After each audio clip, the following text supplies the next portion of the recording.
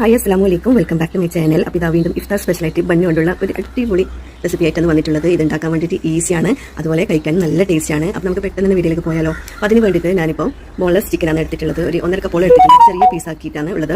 അതിൽ മുളക് പൊടിയും മഞ്ഞൾപ്പൊടിയും ഉപ്പും മാത്രമേ ചേർത്ത് കൊടുത്തിട്ടുള്ളൂ. എന്നിട്ട് നല്ലതുപോലെ മിക്സ് ആക്കിയതിന് ശേഷം നമുക്കൊരു പാൻ വെച്ചിട്ട് അതിലേക്ക് ഓയിൽ വെച്ചിട്ട് അതൊന്ന് ഫ്രൈ ചെയ്തെടുക്കണം.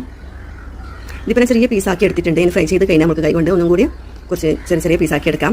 നിങ്ങൾക്ക് വലിയ പീസാക്കിയിട്ട് ഫ്രൈ ചെയ്യണമെങ്കിൽ അങ്ങനെയും ചെയ്യാം, അല്ലെങ്കിൽ ഇതുപോലെ ചെറിയ പീസാക്കിയിട്ടും ഫ്രൈ ചെയ്തെടുത്താൽ മതി. എന്നിട്ട് കൈ കൊണ്ട് നല്ലതുപോലെ ഒന്ന് ചെറുതാക്കി എടുത്താൽ മതി. ഇനി നമുക്കൊരു പാൻ വെക്കണം. വൈറ്റ് സോസ് ഉണ്ടാക്കാൻ വേണ്ടിയിട്ടാണ്. ഇതിലേക്ക് 1.5 ടേബിൾ സ്പൂൺ ബട്ടർ ഇട്ട് കൊടുക്കാം. ബട്ടർ മെൽട്ടായി വരുമ്പോൾ ഒരു 5-6 വെളുത്തുള്ളി ചെറിയ പീസാക്കിയതും കൂടി ഇട്ടിട്ട് ഒരു നല്ലതുപോലെ ഇതൊന്ന് ഒപ്പിച്ചെടുക്കണം. ഇനി നമുക്കിതിലേക്ക് 1.5 ടേബിൾ സ്പൂൺ മൈദയാണ്, പിന്നെ 1 കപ്പ് പാലും കൂടി ഒഴിച്ചു കൊടുത്തിട്ടുണ്ട്. മൈദ ഇടുന്നതിൻ്റെ വീഡിയോ കാണിക്കാൻ വിട്ടു പോകാൻ എന്നിട്ട് നല്ലതുപോലെ നമുക്ക് വൈറ്റ് സോസ് ആക്കി എടുക്കണം. ഇനി ഇതിലേക്ക് ചേർത്ത് കൊടുക്കേണ്ടത് 1 ടേബിൾ സ്പൂണ് ചില്ലി ഫ്ലെക്സ് ആണ് ഇട്ട് കൊടുക്കുന്നത്.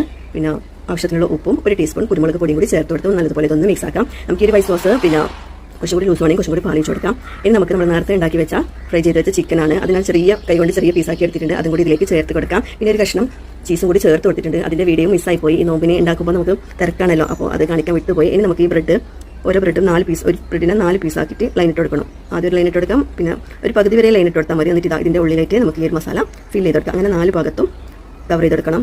നല്ല ടേസ്റ്റാണ് ഇങ്ങനെ ഉണ്ടാക്കിയിട്ട് കുട്ടികൾക്കും എല്ലാവർക്കും നോമ്പിന് കഴിക്കാൻ വേണ്ടിയിട്ട്. എല്ലാത്ത സമയത്തും കഴിക്കാം, നോമ്പിന് മാത്രമല്ല. അടിപൊളിയാണ് ഈ ഒരു വൈറ്റ് സോസിലും വന്നിട്ട് ബണ്ണ്. പിന്നെ ഇതിൻ്റെ മുകളിൽ മസാല ചീസും കൂടി 4 ഭാഗത്തായിട്ട് ഇട്ട് കൊടുക്കണം.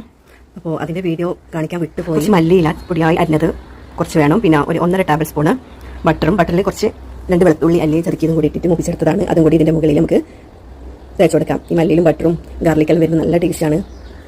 ഇങ്ങനെ വേണമെങ്കിൽ മാത്രം ചെയ്താൽ മതി, പക്ഷേ ഇങ്ങനെ ചെയ്യുമ്പോൾ അതിന് നല്ല ടേസ്റ്റാണ്. ഇനി എല്ലായിടത്തും ഇതുപോലെ തേച്ച് പിടിച്ച് കൊടുക്കാം ബട്ടർ.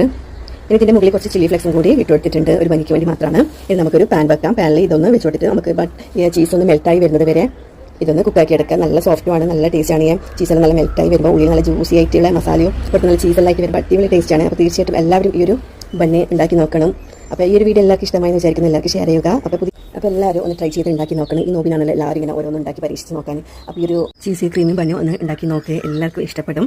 അപ്പോൾ പുതിയ വീഡിയോ വരുന്നത് വരെ എല്ലാവരോടും ഇതുവരെ സബ്സ്ക്രൈബ് ചെയ്യാത്തവരുണ്ടെങ്കിൽ സബ്സ്ക്രൈബ് ചെയ്യുക. തൊട്ടടുത്തുള്ള ബെൽ ബട്ടൺ പ്രസ് ചെയ്യും. Thank you.